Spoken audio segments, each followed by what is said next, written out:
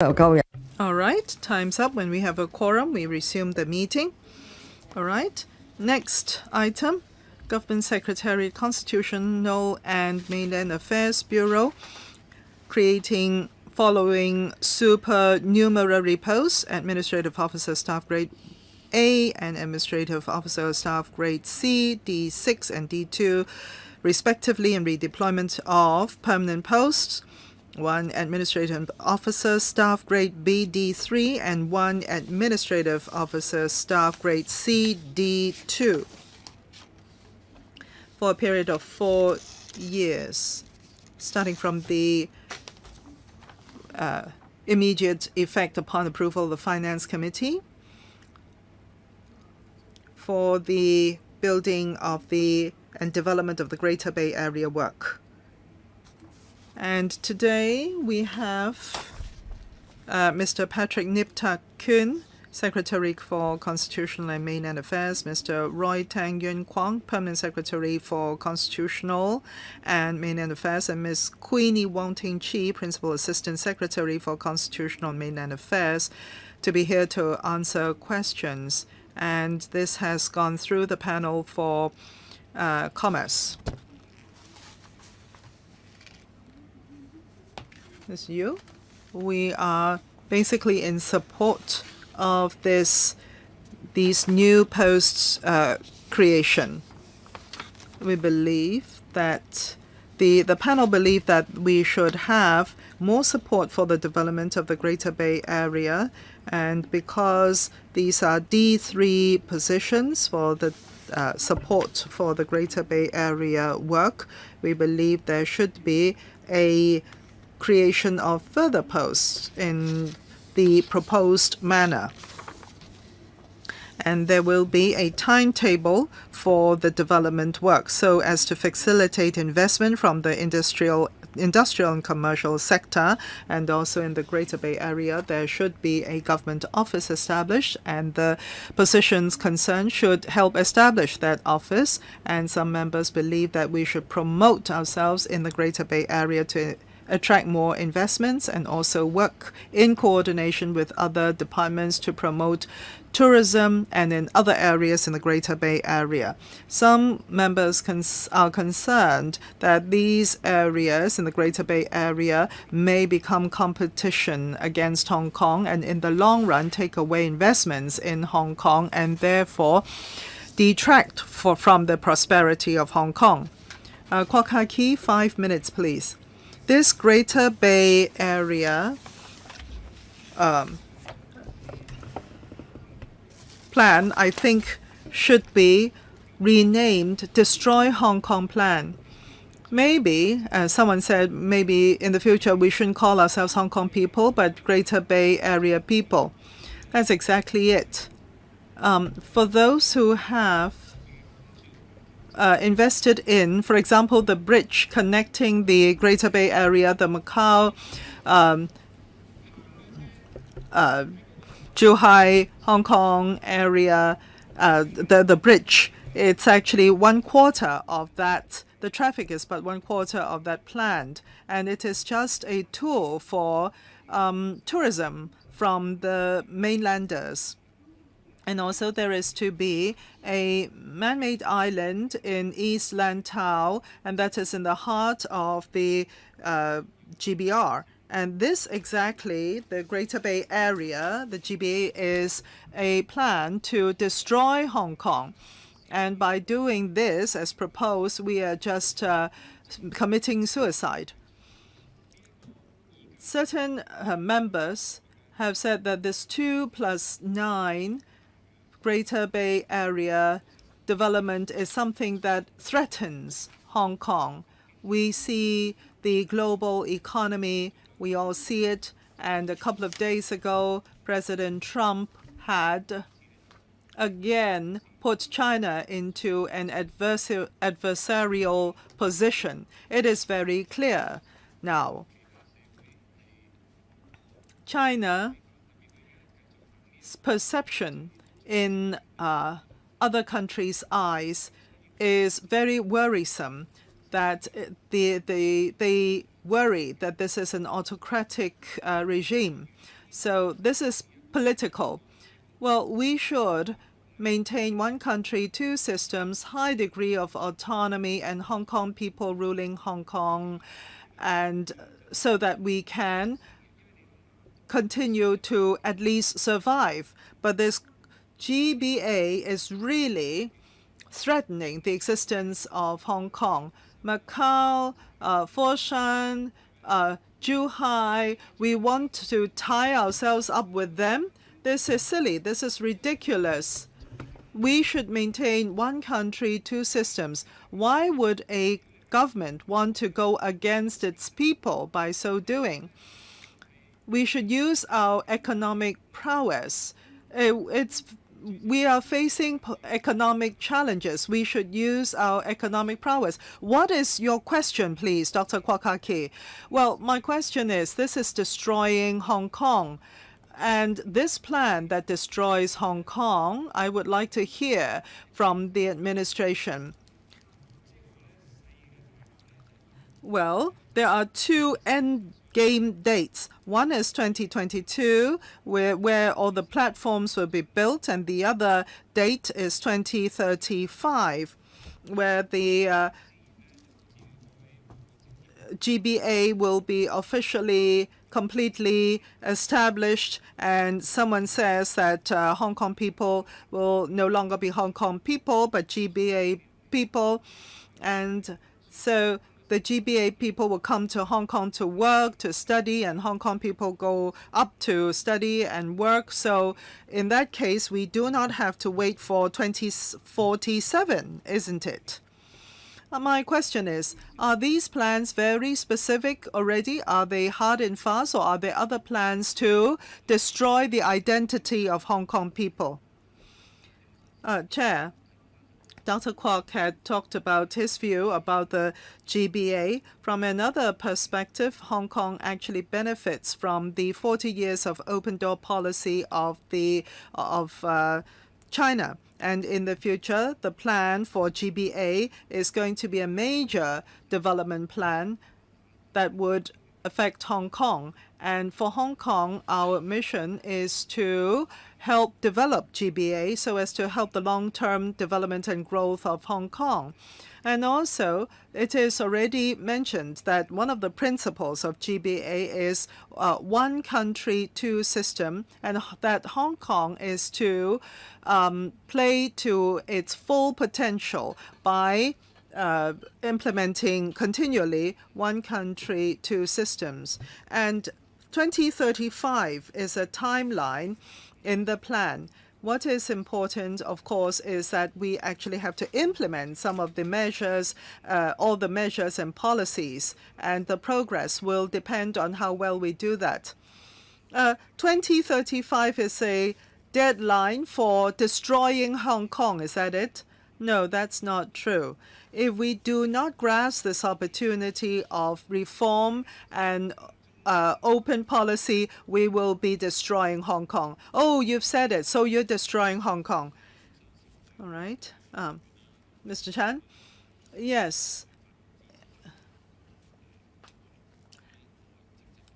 Chen Chunying, that's right. I'm also in the commerce panel, and this is about the GBA and the building up of the area. Now, for the positions, why are they supernumerary and not permanent positions? We have asked that question at the panel. The administration had given us, I think, relatively clear answers. Today, I want to ask a question, and that is, this office is to enhance liaison with the mainland and also to step up with the building of the GBA, and the counterparties include the Macau Special Administration Region government and also the governments of Guangdong province, the local governments, etc., and also the central government. And it also says to promote stakeholders' participation, etc.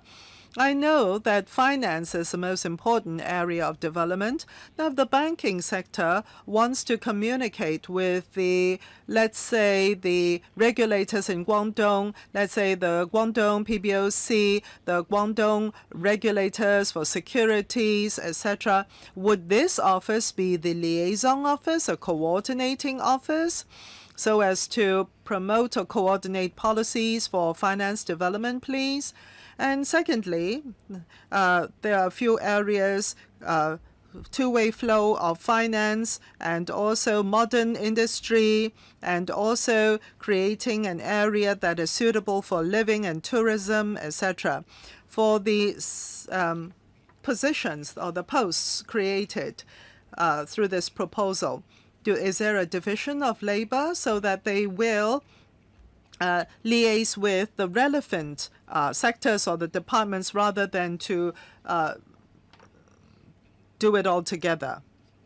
Well, first of all, for this GBA office, first of all, there will be internal coordination within the government because the GBA really relates to all different departments of the government. So there will have to be internal coordination.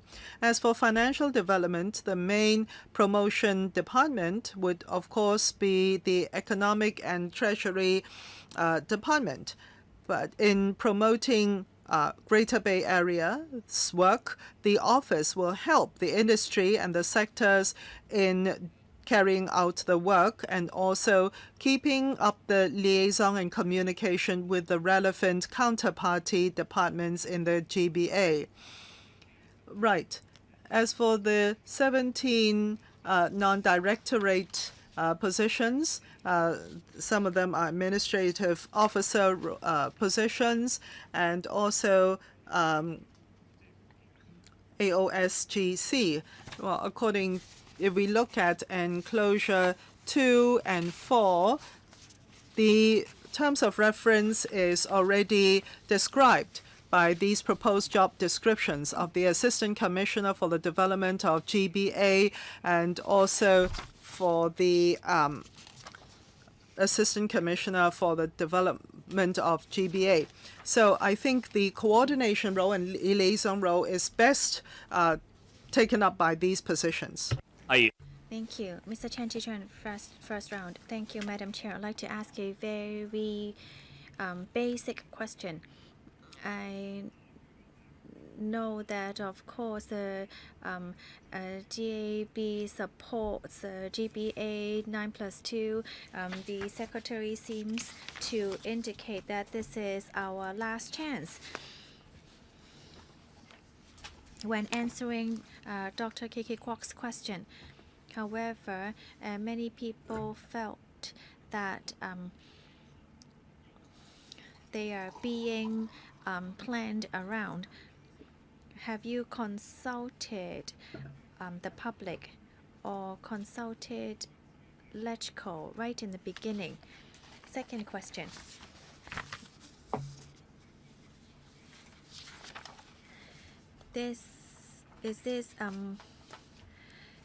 Is this paper the framework agreement on deepening Guangdong-Hong Kong-Macao cooperation in the development of the Greater Bay Area legally binding? I have not seen the term consultation, nor have I seen public participation. The Commissioner's role is unclear. Will he just be passing the message? It seems that it has nothing to do with the general public. Well, although I do not support it, I think that if you are trying to do something for the good of Hong Kong, you cannot just promote it alone.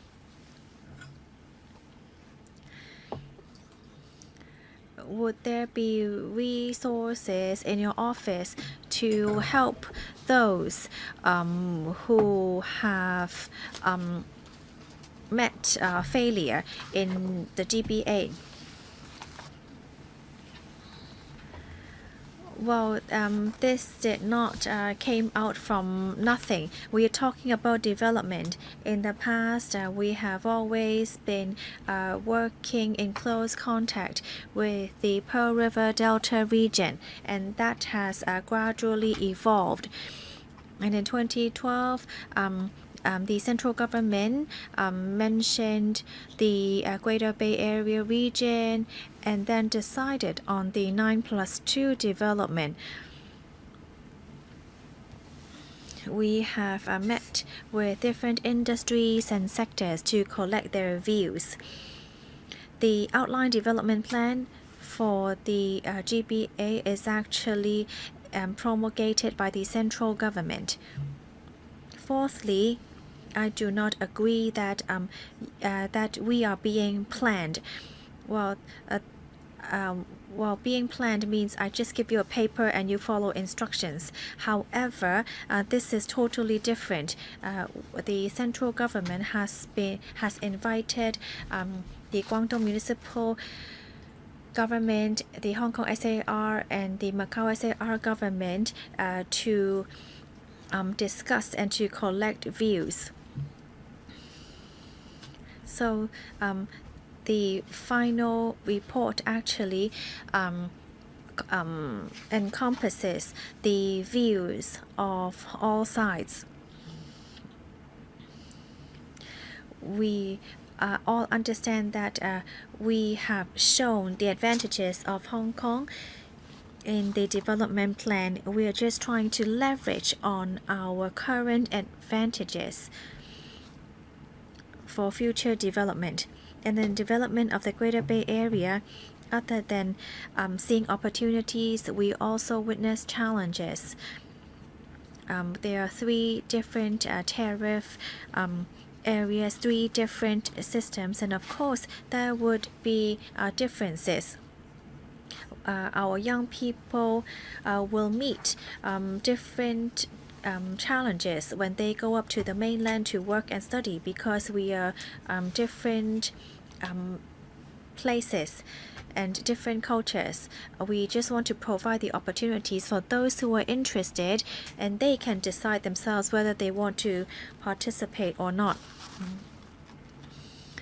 Hong Kong people, when encountering challenges, can seek support and assistance from our office. So why did you only consult the commercial and business sector? Please wait for a second round. Time is up. First round, Dr. Fernando Cheung. Thank you, Madam Chair. I would like to follow up on Mr. Ray Chan's views. The general view of Hong Kong people is that they are not part of the Greater Bay Area development. The Secretary actually has explained it quite clearly right now. The February 18, 2019, the central government promulgated the outline development plan. The stakeholders you have mentioned are just part of the administration or the chief executive or secretary. Maybe you participated as well, but do you really represent Hong Kong? Well, of course, you represent on the part of the government, but you have not been acknowledged by the Hong Kong people. You have not conducted any public consultation with the public. What kind of consultation have you organized before the promulgation of the outline development plan? Who have you talked to? You said you have kept in close contact with the business and commercial sector. So that means you are just liaising with those you prioritize.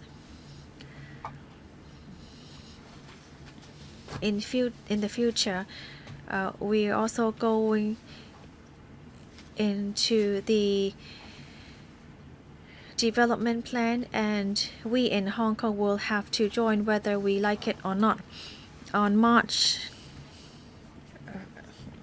coming up, there's going to be 8 policies being carried out. There are still many details that we do not know of yet. you might be coming up with more measures gradually. So that is exactly what I mean by saying that we are being planned. We didn't even have the chance to hear about it until you have made the decision. This is under the one country, two systems principle. Our education, our legal system, our information system,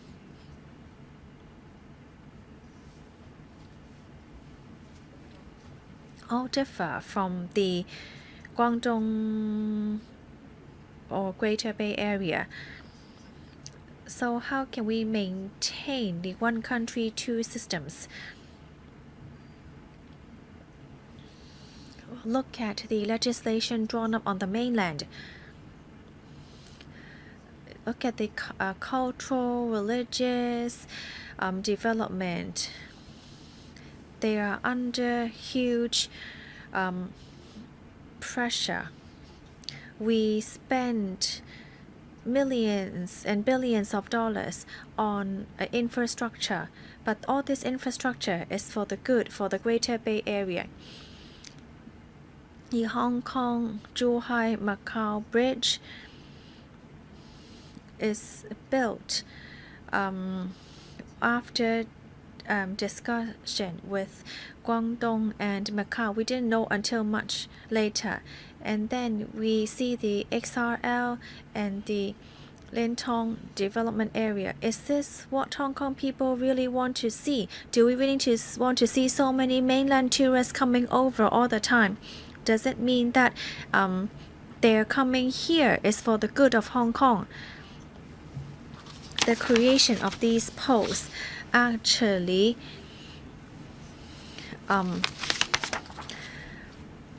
just plan out what you want from for Hong Kong. We take no part, but you can already see many conflicts between mainlanders and Hong Kong people. I'm just afraid that if you continue to step on the gas and continue speeding towards that direction, it's just going to escalate. I cannot support it if you cannot resolve these issues. Well, Dr. Fernando Chang, well, last year we took a delegation to the Greater Bay Area. You just decided not to go. Well, we got to meet with high-ranking officials. You just didn't go. Well, I didn't sit on any of the 4 panels. And secondly, I have a lot of work to do in Hong Kong. Secretary Nip, do you have anything to add? Thank you, Madam Chair. Well, yes, we did. Well, although 4 panels arranged for the visit to Greater Bay Area, but then all members were invited. And I remember after the visit, we also held meetings to discuss the visit. Other than talking to the commercial and business sector, we talked to many different stakeholders all the time. This is a directional paper. In implementing the details, there is still a lot of measures that have not yet been considered, and we need to collect more views before we can make the decisions. And we are setting up the office to help speed up this work. Large infrastructure can help boost the economy. Well, and actually those living in the new territories also choose to go up to mainland to shop and to dine. So when we go to Zhongshan or Zhuhai, you can see lots of traffic congestion around the Humen area.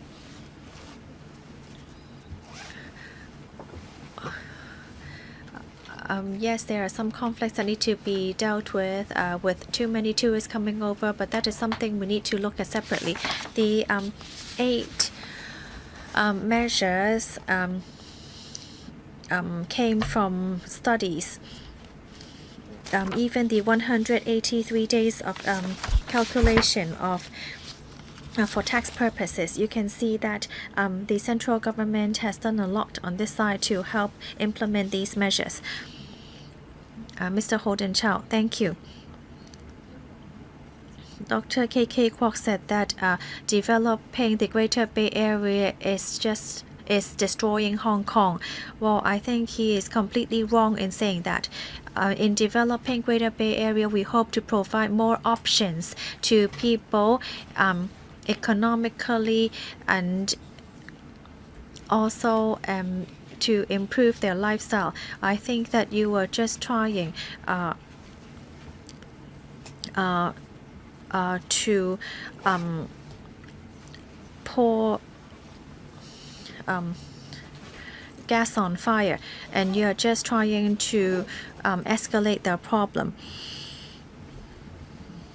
Madam Chair, I see from the paper in paragraph 9 that it has a special mention on Hong Kong people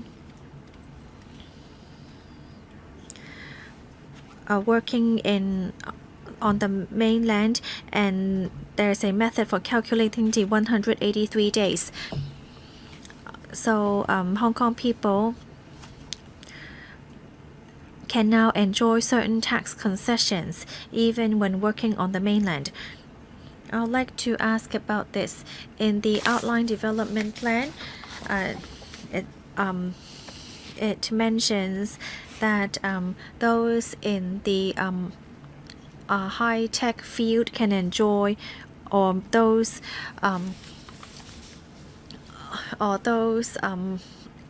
talents can enjoy these tax concessions. I would like to see who would be included in these high-end talents. We want to help Hong Kong people better understand the Greater Bay Area. Recently, I have met with different sectors such as the insurance sector, asking how we can implement better measures for the insurance sector. We noticed that one of the ways to help people understand the GBA will be to start from promoting it to different sectors. Can this office help in this line of work and to promote it to the sector? Because of course practitioners would be concerned with their own sector, and then gradually you can start with the industries and then to help people understand the GBA. Otherwise people would think that the Greater Bay Area still looks very far away, and they don't understand how the GBA can help them expand into the area. I think that would be more effective measures to promote the GBA. I'm not sure whether the new post will really help promote this from the end of the industries and sectors. Thank you, Mr. Chow, for your question. First question on high-end talents and talents in short supply.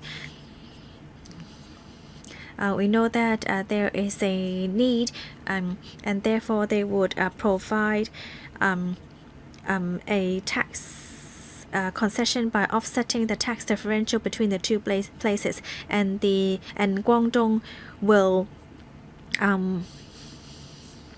inform us what kind of high-end talents that would be later on. So that is a sort of incentive for these high-end talents and talents in short supply. I agree with you that we need to promote the GBA from different sectors. In future, one of the most important tasks of this office is to try to make a breakthrough in terms of setting policies and to provide a support to the CE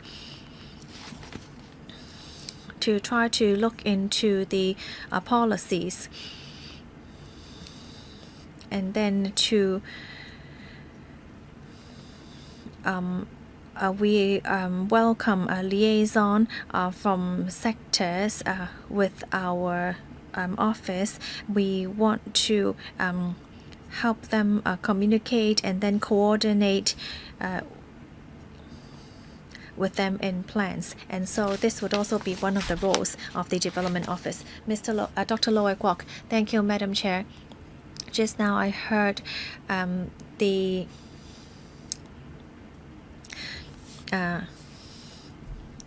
non-DP party talking about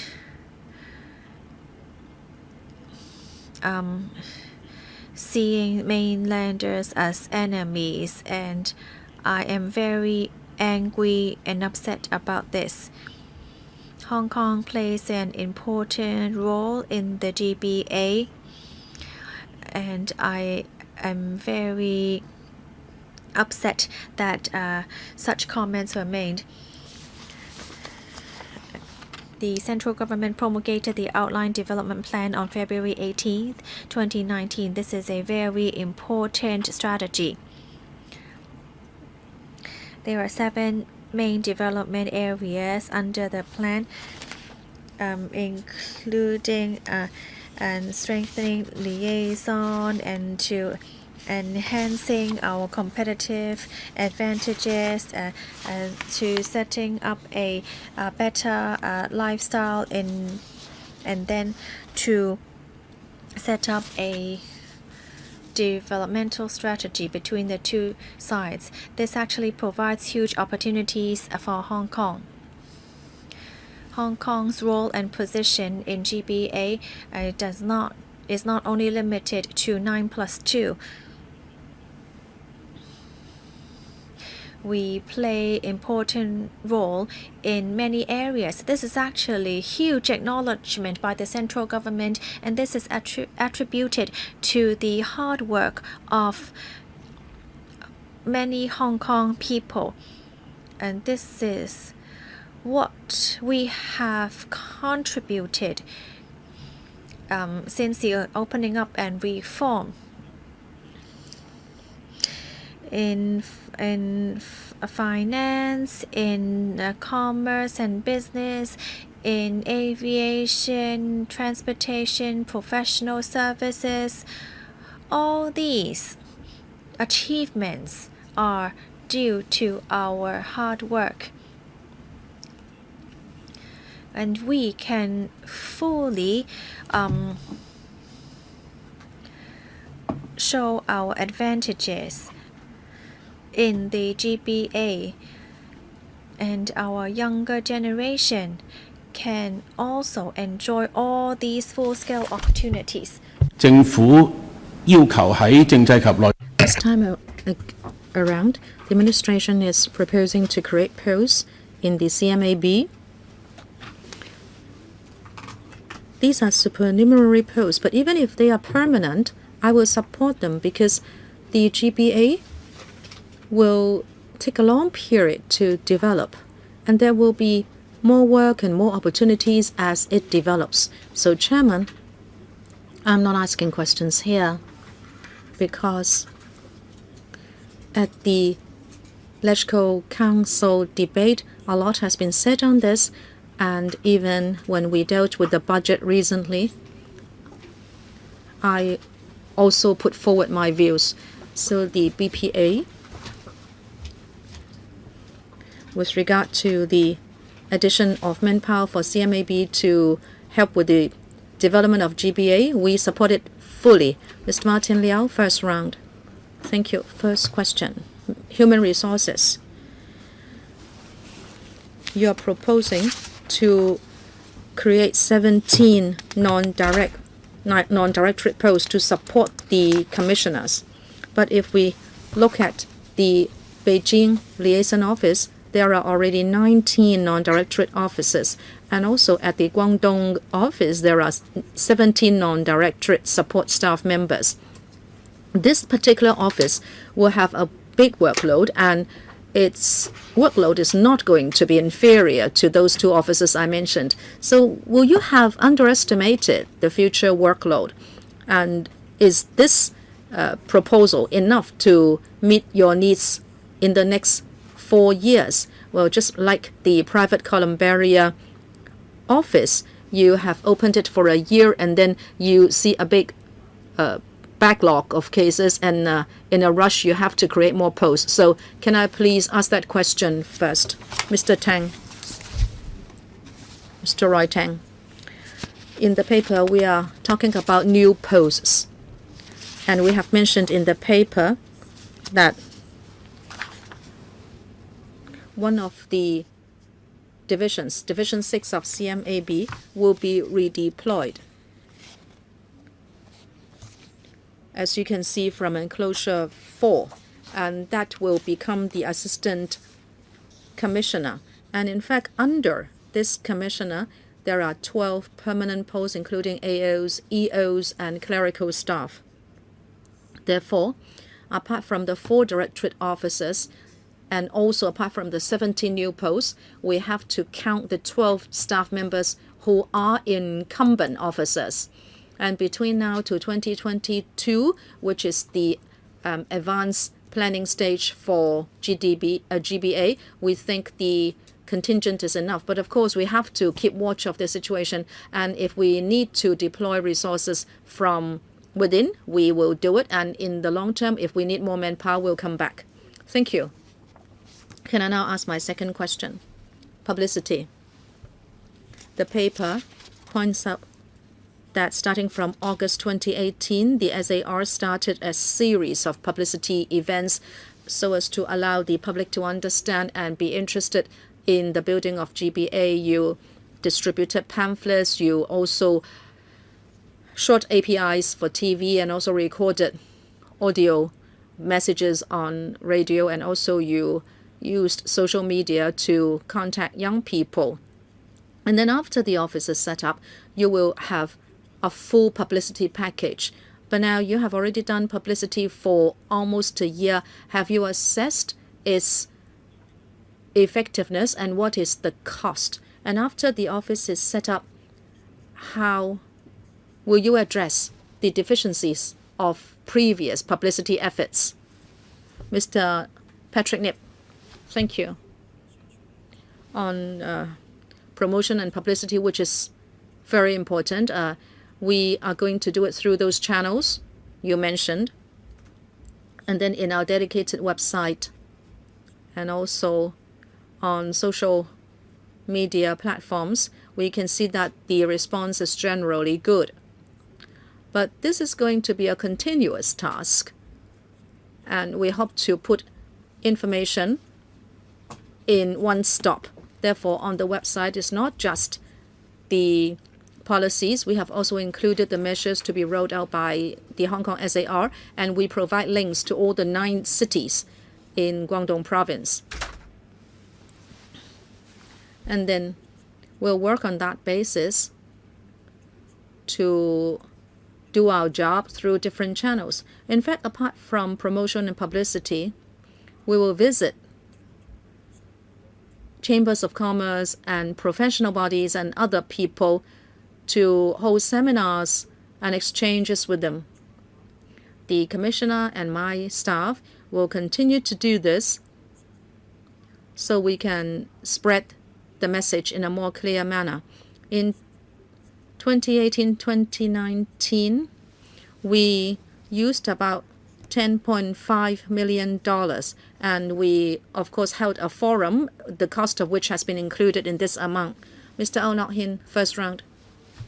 Chairman, I have just heard Dr. Low. I think that is quite outrageous. I don't know who he is talking about, but my understanding is that within this council, I do not call anybody non-establishment. I won't say that I am non-establishment. Everyone who supports democracy belongs to the democratic camp. I will also ask my democratic friends not to call themselves non-establishment. What are you talking about? Well, I can't recall what he said, but I just find it outrageous.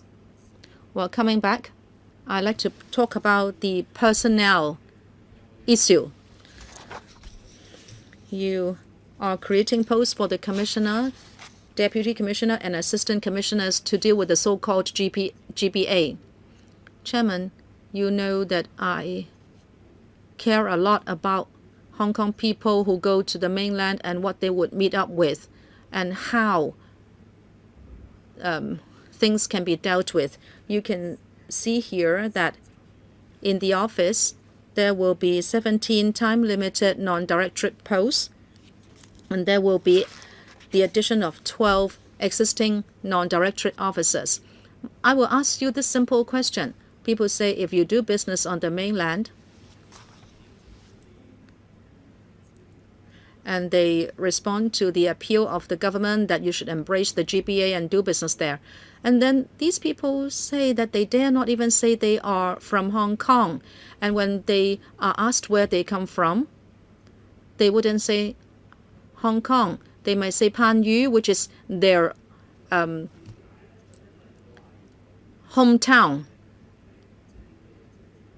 This is because if you tell the local governments there that you are from Hong Kong and you are doing business, well, since they have this territorial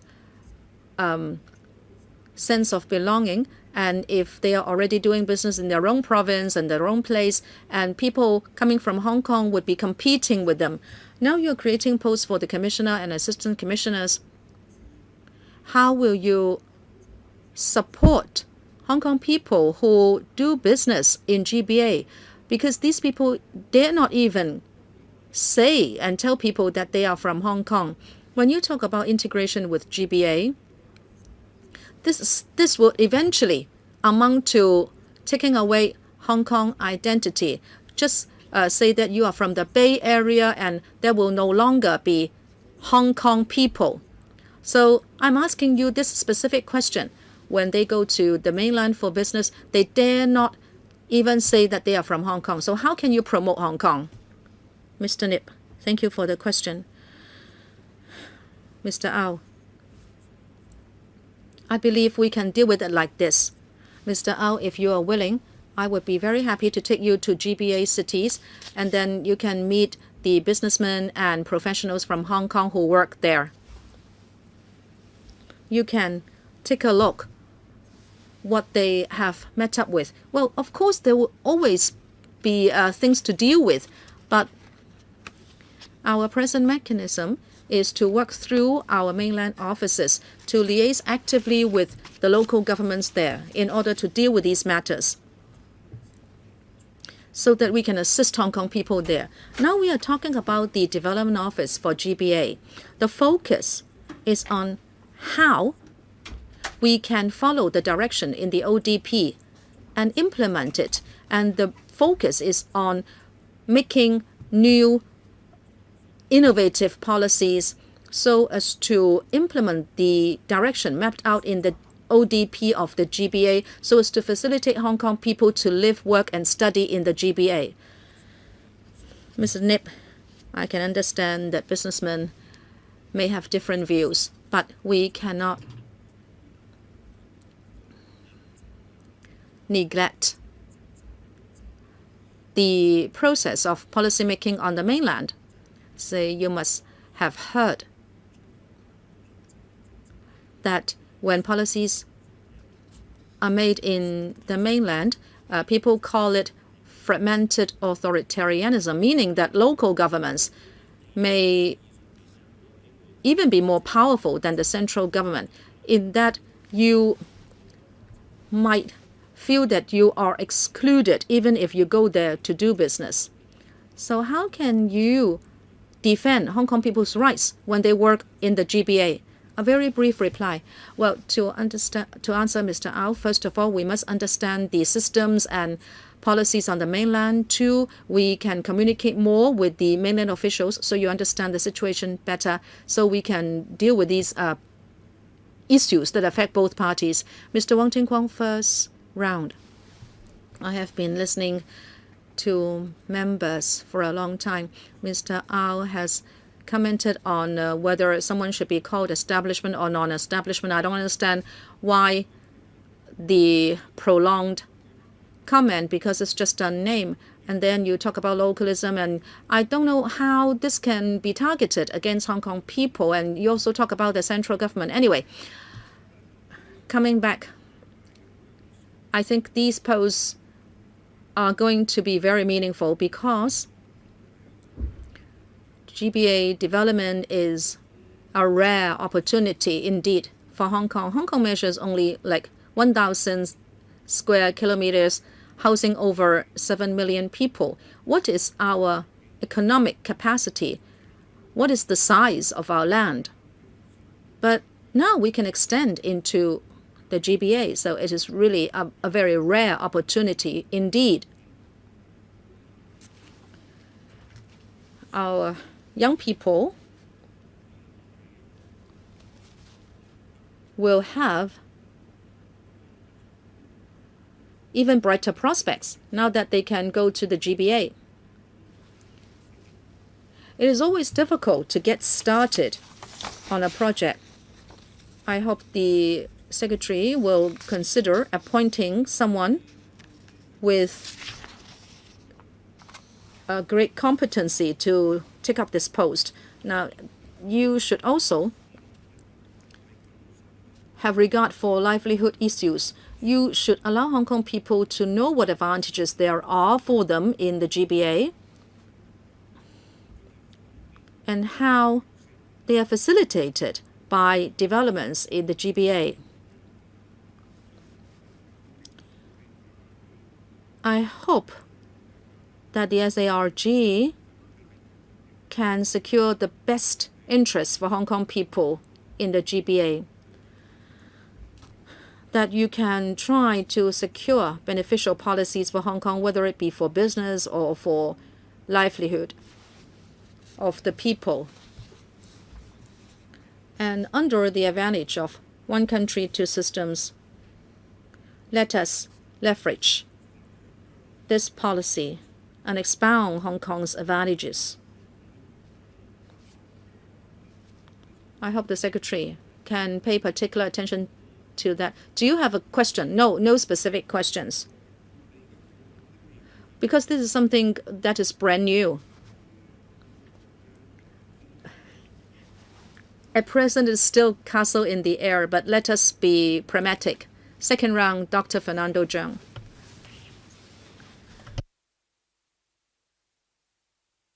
Sorry, the Secretary, would you like to comment?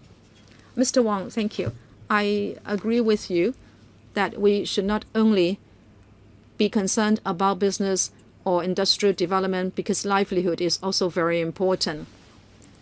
By developing GBA, we would also be facilitated. And in fact, in the past year or so, you can see that there are new livelihood measures that have been rolled out. Say, Hong Kong students can stay on the mainland for work after graduation. And also, they can apply for residence permits if they have lived on the mainland for half a year. And also, we have clarified taxation issues. And also in Hong Kong now, you can open a mainland bank account, so you can use mobile payment. Therefore, we will pay attention to such livelihood issues. Second round, Dr. Fernando Zhang. Chairman, the concept of GBA did not originate from Hong Kong. It's clear that there was thorough consultation and Hong Kong was planned. This is not rooted in Hong Kong. It is placed upon us. Now, I don't know how this will work. These posts, well, I'm not getting it. If you say these will be within the CMAB, but you're also saying that these will be subsumed under the Steering Committee for the Development of the GBA, which includes CE as the chairperson and all the secretaries of departments and directors of bureaus. Now, why is this not subsumed under the bureau? Of course, we used to have the Central Policy Unit. Now we have the PICO. So why not under the Policy Innovation and Coordination Office? So it is clear that this is not just a constitutional matter, and this is not a mainland affairs issue either. Planning for Hong Kong has now been subsumed under another framework. So I don't get it. And now you are setting up this office of a commissioner. I know we are just at a very initial stage of all this. And you know that Hong Kong people have a lot of misgivings about this concept of GBA. Young people may not exactly be uninterested, but the majority of them, if they have a choice, wouldn't like to go there. So their wishes are clear, and we have no say in this. And systemically and culturally, legally, we are so different. So why don't we just stay at the stage of talking about it instead of creating these posts? Well, if indeed you want to do something, you can have 2 research assistants at Pickle. And the steering committee, I don't know whether it's for real. You have so many meetings. I suspect the steering committee only hosts half-yearly meetings or even less. So I don't think we should spend so much money on these posts. Mr. Nip. Firstly, within GBA development, the policy direction mapped out will involve each and every bureau. Therefore, to coordinate the development of the GBA, this is the responsibility of the CMAB. Why? It is because this is about mainland affairs. And each bureau, of course, will also liaise closely with the mainland in their own policy area. But overall speaking, since we are the CMAB, we will do the coordination. And the steering committee is headed by the CE. So the support is provided by this office. And that is quite usual, even for other policy areas. Secondly, within the GBA development, if you look at the past year or so, whether it be in terms of innovation and technology and other affairs benefiting people's livelihood, specific measures have been rolled out. In the future, we will have to implement the policies concretely. And also, if you've seen graduates from Hong Kong, the developments in the mainland, you would be able to see, Dr. Zhang, that they really utilize one country, 2 systems well when they're in the mainland. Our responsibility is to create the environment for them to be able to develop to their best. And that is why, Chair, I say in a LegCo, we need diverse voices. Because at the end of the day, if the government uses public funding and as Mr. Wang Dingquang had said, if it's nobody's buying, that's not good. So now we're talking about some new posts, including a D6 post and also directorate posts to be responsible for the relevant work. But let us look at like the ETO offices. Well, for these ETO offices, they are just manned by 1 or 2 directorate post officers. And now this post that's proposed is of D6 level, and that is high.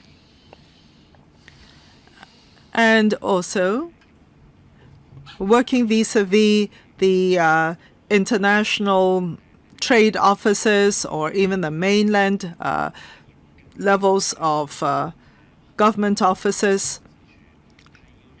Why do we have to have so many officers and actually of a level higher than the ETO officers to be responsible for GBA affairs? That's a long question. In the mainland offices, for example, our Beijing office is a D6 post, led by a D6 post officer. And also for the GBA Development Office, well, Mr. Au, if you look at the document, you see that there is very different work that is to be taken up by these new posts.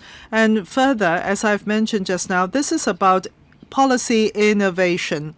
And these policies relate to the central government and also the Guangdong government in a number of departments, including the higher echelon of the Guangdong province government and also the Reform Commission, the NDRC, etc. So there are lots of considerations from their side, from our side, that we have to consider. The work is very important, and that's why we need a D6 position to promote the closer cooperation or liaison between the mainland and Hong Kong. That's important.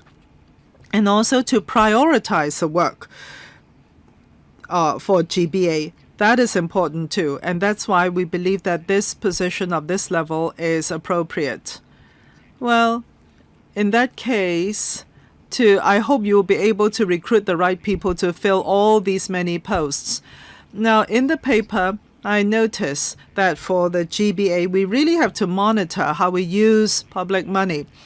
The Finance Committee, SCMAB 01, 2.7 million is used for publicity for GBA, and $260,000 is used for printing of pamphlets and materials for GBA. But this publicity event was only attended by 800 persons. So that's $300 expenditure per person, unless you're telling me that by enrollment, the participants will have to pay at least $300 each. Otherwise, I think this is not a very good use of money.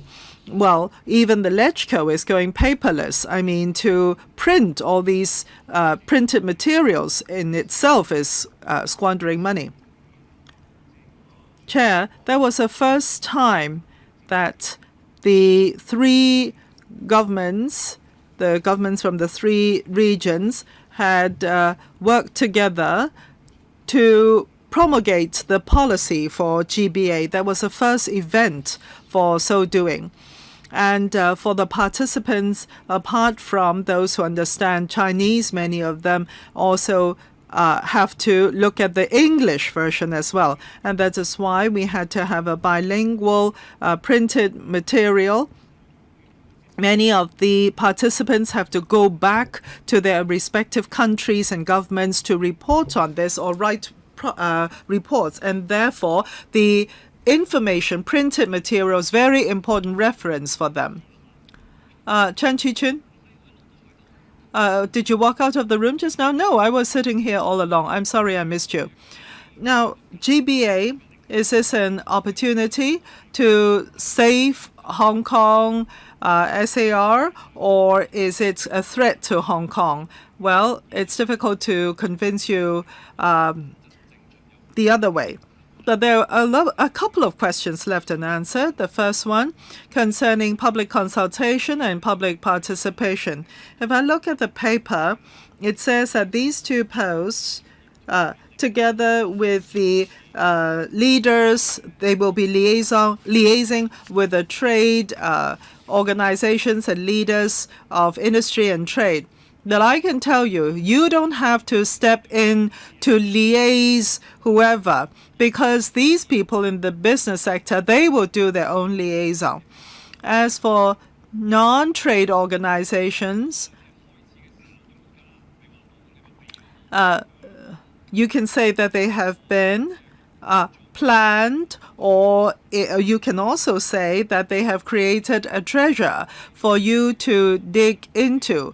But for the ordinary citizens of Hong Kong, if they have questions about GBA, where do they bring their questions to? Or are you saying that this office of yours only serves the rich and the connected? What about the ordinary people of Hong Kong. Now, just now, the administration had mentioned that there are many challenges. Yes, there may be a lot of challenges. What kind of real work will you do? If the Hong Kong people believe you, they trust you, let's say you are a concept stop, and yes, you would even, for such stocks, you would even borrow money to develop. So my question is, how would this really help the Hong Kong people in practical ways? The third question for Guangdong, Shenzhen, Macau, you have colleagues there, paragraph 24, you have mentioned about these resources. My question is, with the GBA establishment, with the 9+2 cities, would there be overlap of work so that their work, the officers' work in these 9+2 cities are actually reduced? I think you know what I'm asking about, right? Well, Chair, if at any time any Hong Kong person has any questions or opinions about GBA, for example, about innovative policies for the government, we have 3 channels: telephone, email, and also we will be providing opinion forms that are electronically based. Yes, on receiving these, we will be considering them in detail. As for Mr. Chan's question, it's a good one. We are proposing a D6 and a D2 posts, and the existing D3 and D2 posts, even before the GBA plan was promulgated, they were responsible for comprehensively liaising with Guangdong and Hong Kong, and that's not limited to the 9 cities in the GBA area, but for the entire Guangdong province. And for this kind of work in the new structure, they will have to continue with these responsibilities. But there are new work engendered by GBA establishment. As mentioned just now, liaison with the central government. Mr. Han, the leader of the Vice Premier of the State Council, has a leading group set up, and there is a lot of liaison work, communication work to be established with this group and also the different governments in the different regions, etc. And also the CE has a new steering committee set up for GBA, and this is another new area of work at directorate level. All right. What about overlap of work? Will there be less work for the 9 cities? Well, actually, for these new areas of work, the original colleagues will have to partake of that work as well. So in that sense, they have not been reduced their workload at all. Wu Chi-wei? 2 questions. First of all, about the GBA office. How is it positioned? The document, when it talks about the positioning, says that when Hong Kong people's opinions are received or where there is communication with the central government, the office is to assist Hong Kong people with the capabilities to develop and prosper in GBA. So my question is, for this office, is it to bring talents from Hong Kong to GBA to find better economic opportunities? Is that right? Is that the positioning? Thank you. Thank you, Mr. Wu, for the question. For the GBA development, it actually provides space for further development for all people of Hong Kong. So different people will be helped in different ways. So this GBA office positioning is to see how GBA development can help Hong Kong people in their development, not just in the mainland, not necessarily in the mainland. All right, so it is about the GBA development. The office is to find a good way to support the Hong Kong people to find opportunities in GBA and to find their own roles in the GBA. So given that, the positioning of the office is two-way because Hong Kong is peculiar. We have one country, two systems. On the one hand, we face the hinterland, the mainland. On the other hand, we face the international arena. If you look at paragraph 9 of your paper, you see that in the second meeting, our high-end talents, it says here, will be able to find livelihood in the mainland. But would it also be a brain drain situation or talent drain situation for Hong Kong? And given that, how would you tackle this problem? Or would that be the responsibility of other policy bureaus or departments in Hong Kong? That is, how do you make talent stay in Hong Kong? This is important. When I said positioning to help Hong Kong people in developing in the GBA, Hong Kong, you have to understand, is also part of GBA. So leveraging on the development of GBA to develop Hong Kong is itself developing in GBA. So as for Hong Kong talents going into GBA cities to develop, Mr. Wu is concerned that there is a talent drain. But from another angle, if GBA can help us with technological innovation, for instance, Hong Kong has a very important role to play there. And it provides a lot of opportunities for Hong Kong talents to develop as well, and attracting a lot of mainland and overseas talents to Hong Kong to work on this. So Hong Kong becomes a hub attracting talents. Well, I understand all that. Well, in that case, the office in the development of GBA, we will have a promotion and coordination role. As for the policy bureaus, of course, they will have their policy role as well. That's why my question, the positioning of the office is such that they bring out, and bringing in is not the ambit of the office. Is that true? Ms. Chair, Mr. Wu, I wouldn't say so, because the development of GBA involves both in and out. So the office is responsible for GBA work both ways. All right. In the framework for the GBA, it emphasizes that for the 9+2 or the mainland cities, they have a lot of concessions or policy benefits to attract our funding and talents. And how does that relate to your office's work, please? Chair, for attracting talents into the mainland from Hong Kong, it is to help them develop their economy and certain industries. And through complementary supplementation and relationship, this is really beneficial for the mainland cities as well as for Hong Kong. So in that case, you're basically saying that the mainland cities will be vying with you for necessary funding and talents. So the office is to have the mainland governments to provide good or supportive policies for Hong Kong people to live there in those cities. So there are two forces now. They're coming in and going out.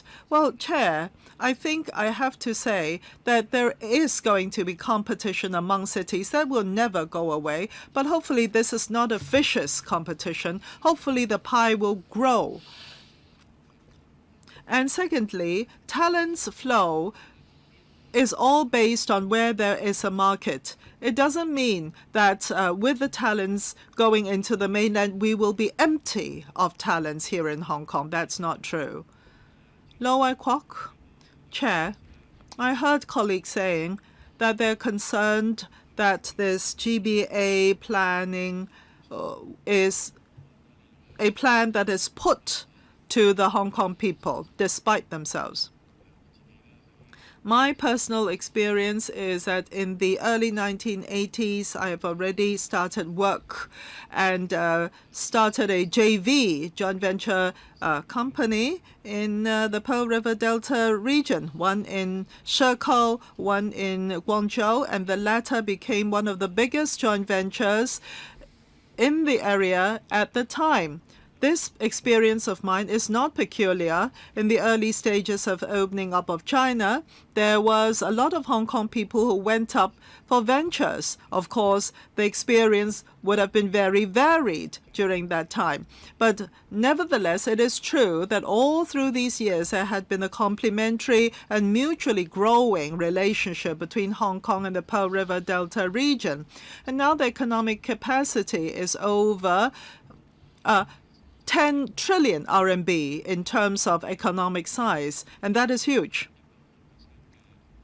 1% of the land, 5% of the population, and 12% of the economic size of China. And that is very proud achievements indeed. And Hong Kong had also benefited in that development.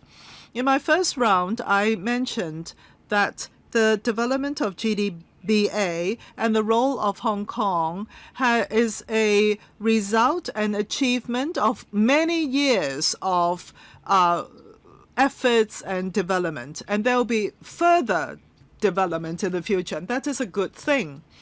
Now, we have heard a lot of different views. The pro-establishment, and I'm sure the Chairman yourself had provided a lot of very clear and substantive opinions to the departments in the mainland and also to the Hong Kong SAR government. And this is not only reflected in the framework of development of GBA, but also in the many policies and measures that have come out from GBA. And we would want Hong Kong people, while living in GBA, be able to benefit from social services that is provided to residents of the GBA. And for example, the residents' identity, that really helps. And also the end of March this year, there were 8 promulgations from the central government, one of which is the 138 days stay in the mainland. And if you go up Monday and come back Friday, the first 2 days are not inclusive. That's Monday and Friday because they fall short of 24 hours stay. And therefore, it would not attract or trigger the 138 days of stay in the mainland, and therefore it would not trigger the tax threshold. So this is beneficial again, and it resolves another big issue for those who live, study, and work in the mainland or touring in the mainland. So this is beneficial. So these are different interactions. So you cannot say that this plan is being forced on us. I'm sure many of friends can see that we have put in our comments and they have been well received. First round, Mr. Pt2. Thank you, Madam Chair. Well, I think we can adjust the saying by saying that this plan has been forced upon us. Mr. Lo Wai Kwok and other DAB party members have their own first-hand experience because they participated in it. And it's just like Hong Kong's political arena. Some people can participate, they can speak louder, their views can be heard, but some people cannot enjoy the same privileges.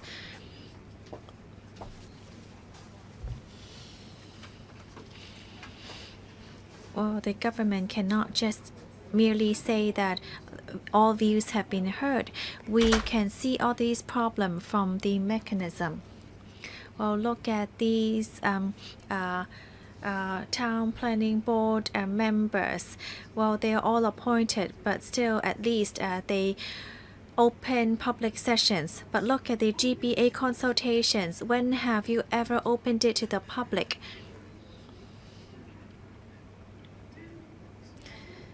So when you're opening up this development office, it gives the impression that Hong Kong people really do not know what is happening. That is my first point.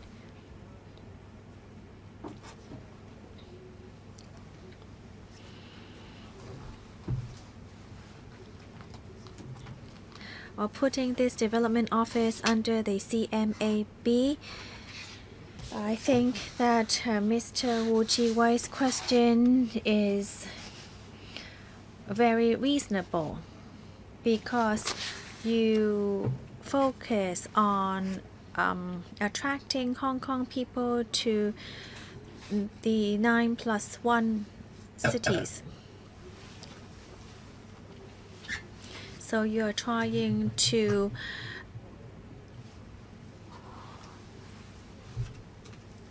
you're just trying to tell the public to leave your own city and then to develop elsewhere. Is it because taxes will still be paid here? I really don't understand why the focus is, even if you have the GBA, not to attract capital and industries to come to Hong Kong, and yet you're going on the reverse to do your best to ask people to leave Hong Kong.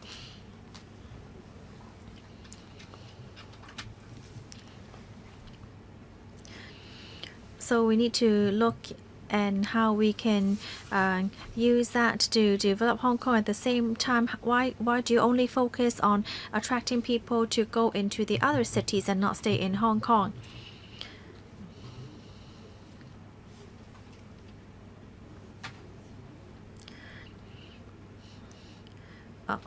You need to look into the governance of the 9+2 region. The secretary just now mentioned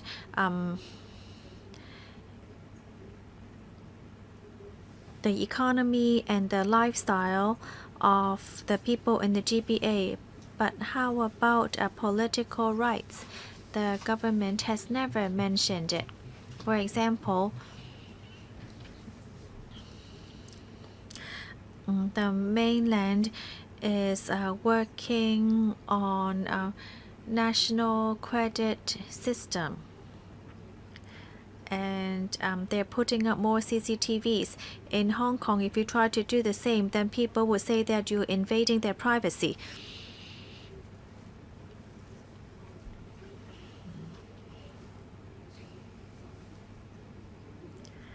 I don't think the development office will voice out the opinion that Hong Kong people does not quite like the idea of such privacy issues.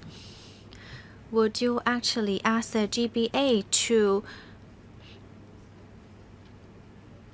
look towards us in protecting our rights and not just to try to make people from Hong Kong accept the lifestyle of the mainland? Secretary, the outline development plan of GBA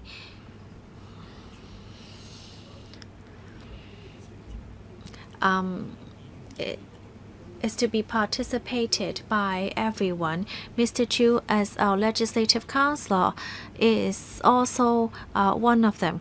In February, we promulgated the outline development plan. In March of last year, we invited members to visit the GBA together and to give comments in terms of culture, religion, business development, and lifestyle. So I will continue saying that we welcome you to participate. We welcome your ideas on the development of GBA. I don't see why putting this under the CMAB will mean that we are just trying to push people onto the mainland.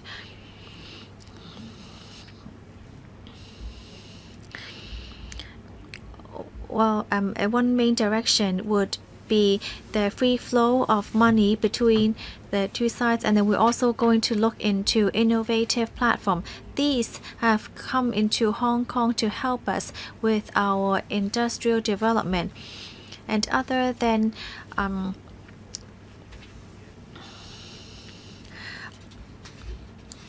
economic factors, we are going to maintain the one country, two system principle on the mainland. Then you will comply with mainland laws, and then in Hong Kong you will look into the common law. Well, but you are bringing thousands and millions of people into the Greater Bay Area to live, so that means that you're now coming up with a third region. Madam Chair, when Hong Kong people go to the mainland, of course, they would need to abide with mainland rules. Well, through these inter-exchanges, we would learn from each other and influence each other. This is happening right now and will continue to occur in the future. Mr. Jeremy Tam, first round, please.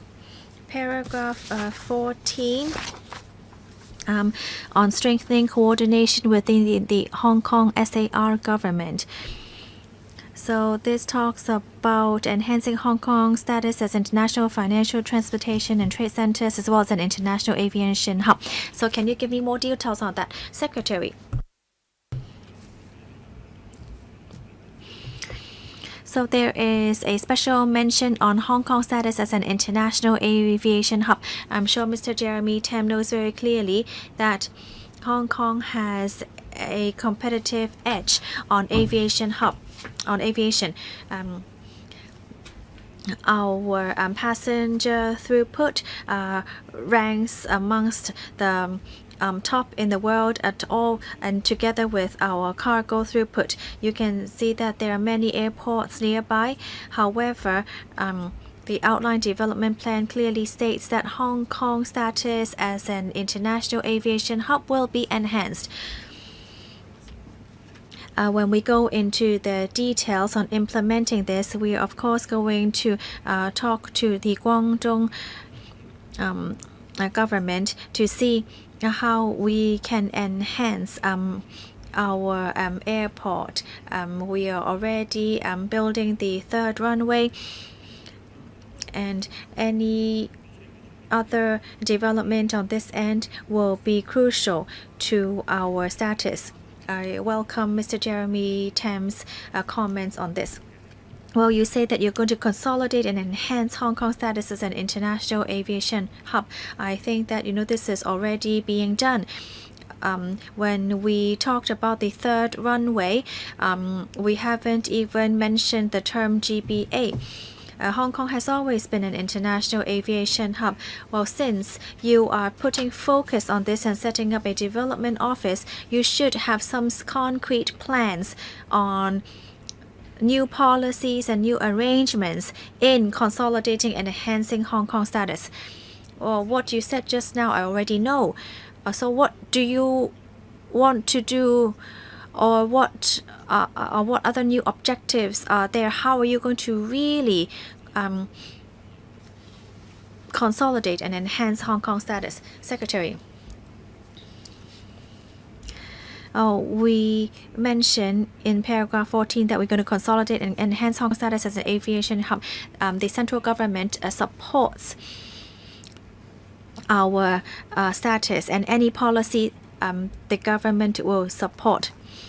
And I have said we do have a large volume of passenger and cargo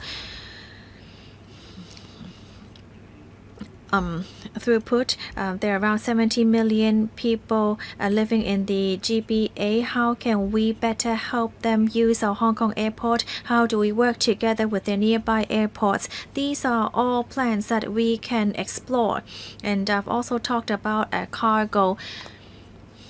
This is a direction. The central government has clearly stated that they will support us in our development in this area. So what we need to do right now is to raise our policies. And of course, we do have some measures that we are going to discuss with the sector later on.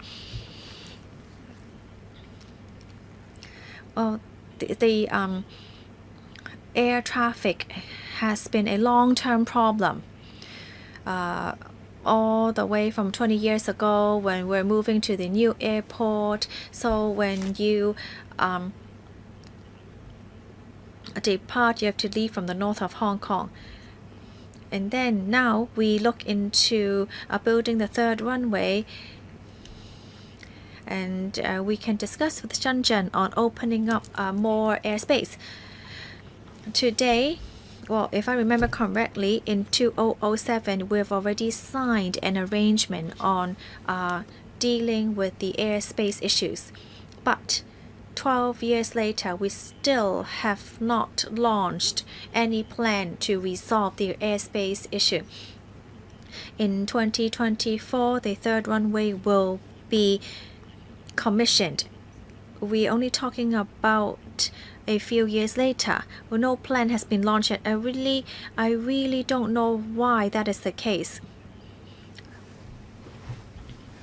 Can you please first handle this matter first? Otherwise, you will not be able to support 102 flights per hour with the third runway. Secretary. We can leverage on the GBA development to make a breakthrough in our policies, especially since that the central government will be leading the policies, and we can use that to help us resolve the issues. And as they have said, this problem has been here for 20 years. We need to resolve this challenge. Well, yes, that is exactly what I'm saying. So from the old airport to the new airport and new airport to the third runway, well, you always say that it's easy when you're asking for money to develop, but then it never happens. There is never any solution. I understand that there are some problems that have not yet been resolved, and we are going to try our best to resolve them as soon as possible. Well, there are 3 members still waiting to speak. I cannot extend the meeting, and so I think we should adjourn the meeting for now. What is the next date of the meeting? The next meeting will be on May 15th, which is next week, 8:30 to 10:30 in the morning. Thank you for attending.